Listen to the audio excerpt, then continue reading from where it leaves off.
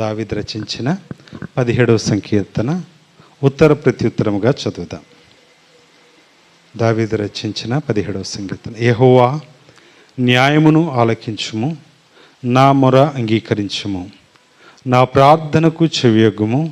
అది కపటమైన పెదవుల నుండి వచ్చినది కాదు.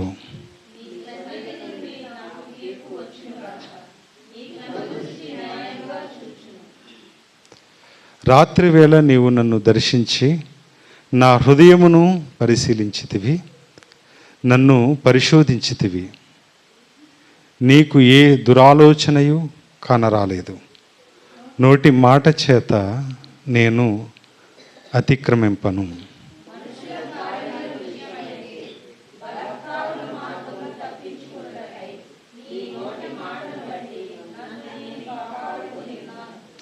నీ మార్గముల యందు నా నడకలను స్థిరపరుచుకొని ఉన్నాను. నాకు కాలు జారలేదు.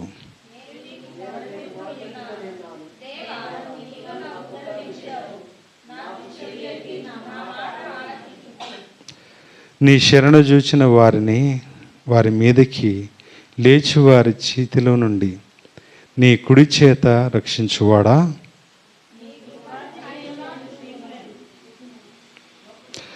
ఒకడు తన కనుపాపను కాపాడునట్లు నన్ను కాపాడుము. నన్ను లయపరచు గోరు దుష్టులు పోగొట్టి కాపాడుము. నన్ను చుట్టుకొని నా ప్రాణము శత్రువు చేత చిక్కకుండను. నీ రెక్కల నీడ క్రింద నన్ను దాచుము.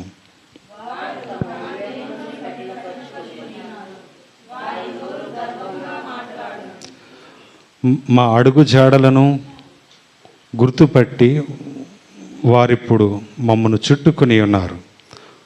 మమ్మను నేలను కూల్చుటకు గురి చూచుచున్నారు.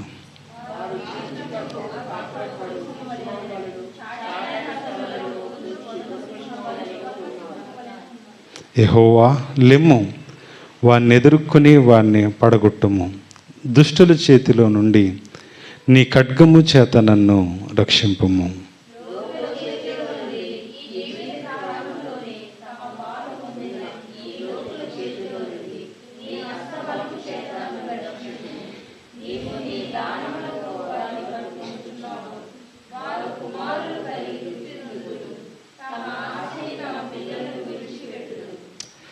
నేనైతే, అందరం కలిసి చదువుదాం. నేనైతే నీతి గలవాడనై నీ ముఖ దర్శనము చేసేదను.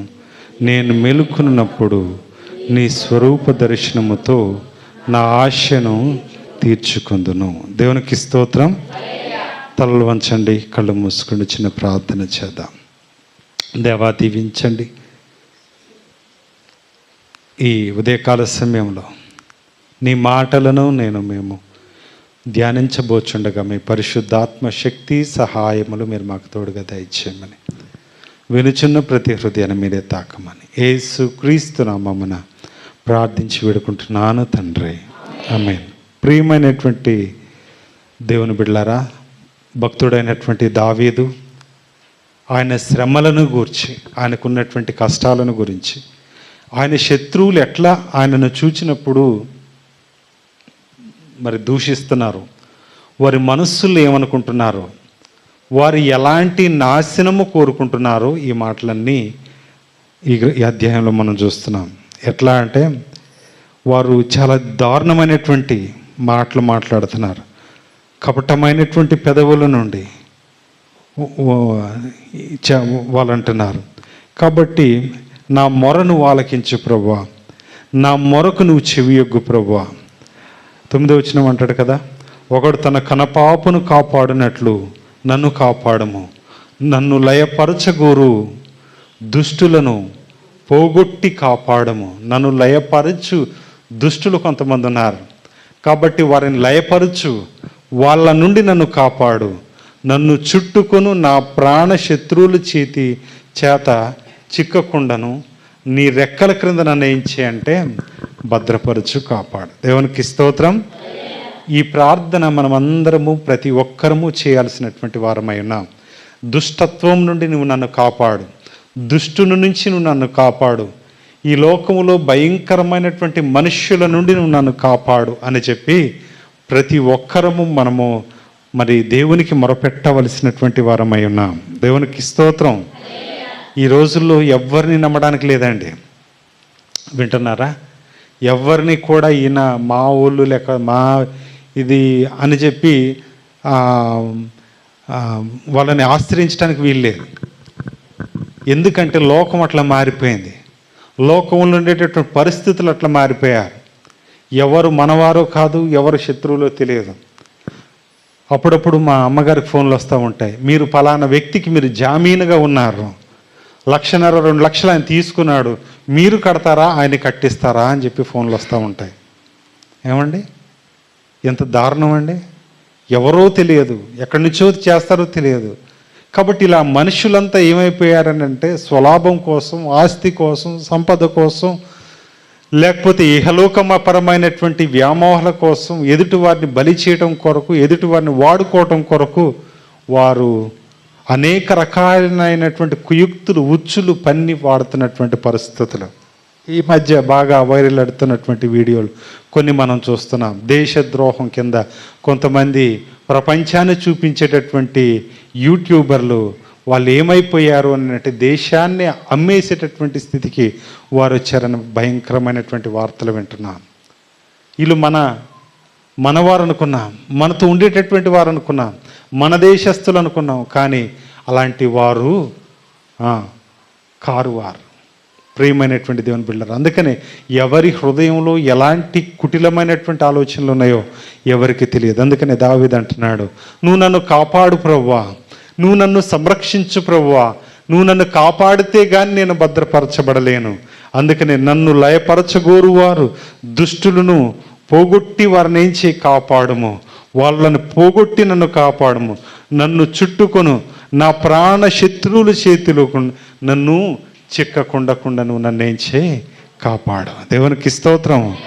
నిరంతరం నీ రెక్కల క్రింద నన్ను ఏం చేయి భద్రపరచుము. దేవునికి స్తోత్రం.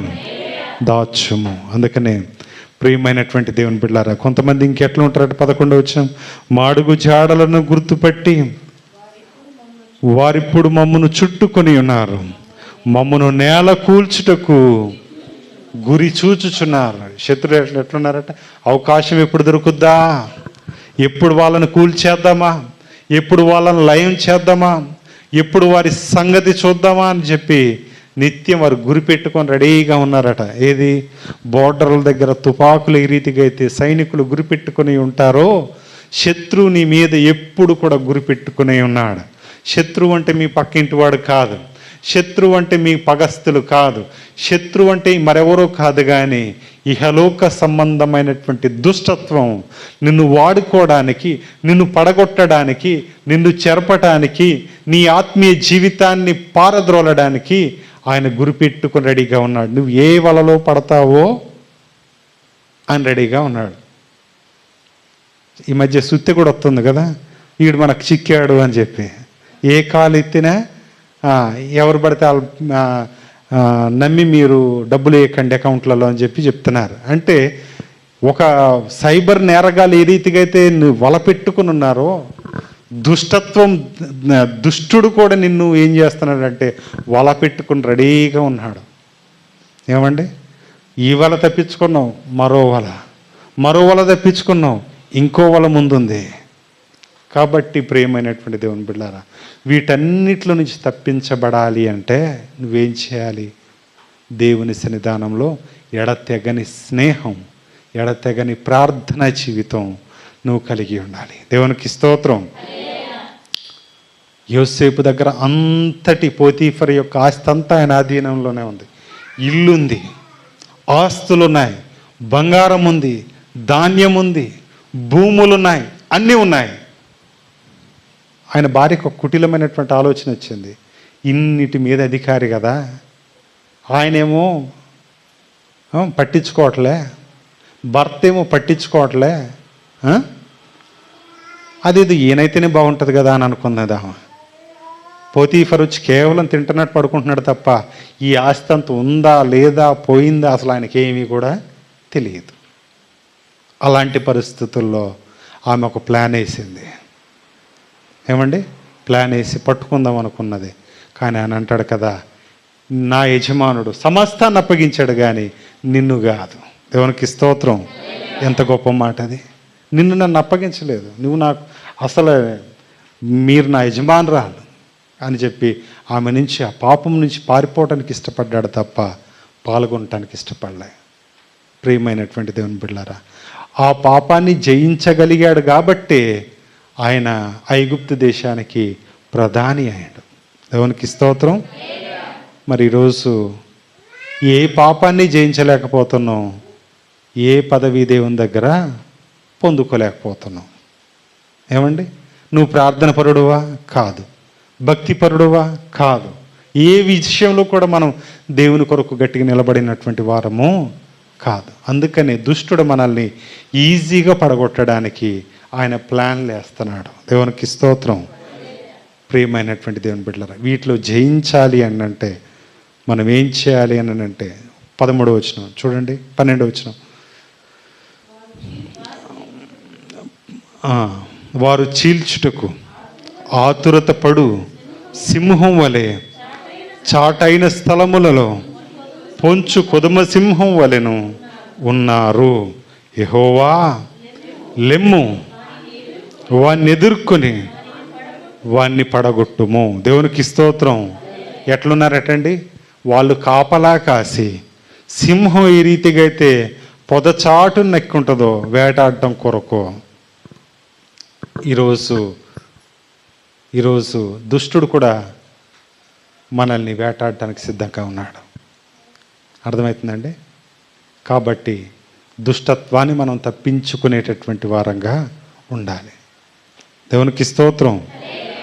ప్రియమైనటువంటి దేవుని బిడ్డలారా, అందుకని యెహోవా లెమ్ము, నీతి సూర్యుడా లెమ్ము, వారిని ఎదుర్కొని వారిని పడగొట్టుము. దుష్టుని చేతిలో నుండి నీ ఖడ్గము చేత నన్ను రక్షింపుము. 15వ వచనం. నేనైతే నీతి గలవాడనై నీ ముఖ దర్శనము చేసేదను. నేను మేలుకొనున్నప్పుడు నీ స్వరూప దర్శనముతో నా ఆశ తీర్చుకొందును. దేవునికి స్తోత్రం. నేనైతే నీతి గలవాడనై, ప్రార్థన పరుడనై, భయభక్తులు గలవాడనై, నిన్ను ఆశ్రయించువాడనై ఏం చేస్తానంటే నీ ముఖ దర్శనము చేస్తా. దేవునికి స్తోత్రం. ప్రతిరోజు ప్రార్థన చేయాలి మనం. ఈరోజు ప్రార్థన చేశారా? ఏమండి? చేశారా? చాలామంది చేశారు, చెప్పట్లేదు. చేశారా? ఏమండి? ప్రతిరోజు మనం ప్రార్థన చేసేవారమై ఉండాలి. ఆయనకు ప్రార్థన చేయటమే ముఖ దర్శనము. దేవునికి స్తోత్రం. కాబట్టి మన ఆశ తీరాలి అని అంటే మనం ఏం చేయాలి? ప్రార్థన చేయాలి. ఆశలు మీకున్నాయా? ఏమండి? ఉన్నాయా? అవన్నీ తీరాలి అంటే, మీ ప్రణాళికలన్నీ నెరవేర్చబడాలి అని అంటే మీరు ప్రతిరోజు ప్రార్థన చేస్తూ మీ పాపములను ఒప్పుకుంటూ దేవుని దగ్గర ఎల్లప్పుడూ నీతి కలిగినటువంటి హృదయముతో, పశ్చాత్తాప హృదయముతో, అంతఃకరణ శుద్ధిని కోరుకుంటూ దేవుని సన్నిధానంలో మంచి జీవితాన్ని జీవించడానికి మనము ప్రయాసపడేటటువంటి వారంగా ఉండాలి. దేవునికి స్తోత్రం. దేవునికి స్తోత్రం. కాబట్టి ప్రియమైనటువంటి దేవుని బిడ్డలారా, మన జీవితాల్లో యేసుక్రీస్తే ఈ లోకంలో నిజమైనటువంటి ఆధారము. ఆయనను కలిగి మనం జీవించినట్లయితే మనము ఎలా ఉంటాం అనంటే, దుష్టత్వాన్ని విడిచి జయించు వాని దగ్గర నిజమైనటువంటి నీతి సింహంగా మనం నిలబడతాం. దేవునికి స్తోత్రం. కాబట్టి అలాంటి జీవితాన్ని కలిగి ఈ లోకంలో మనము జీవించుదాం. తలలు వంచండి, కళ్ళు మూసుకోండి, ఆరాధన చేద్దాం. స్తోత్రం, స్తోత్రం, స్తోత్రం. హల్లెలూయా, స్తోత్రం. అందరము తలలు వంచి ఆరాధన చేద్దాం.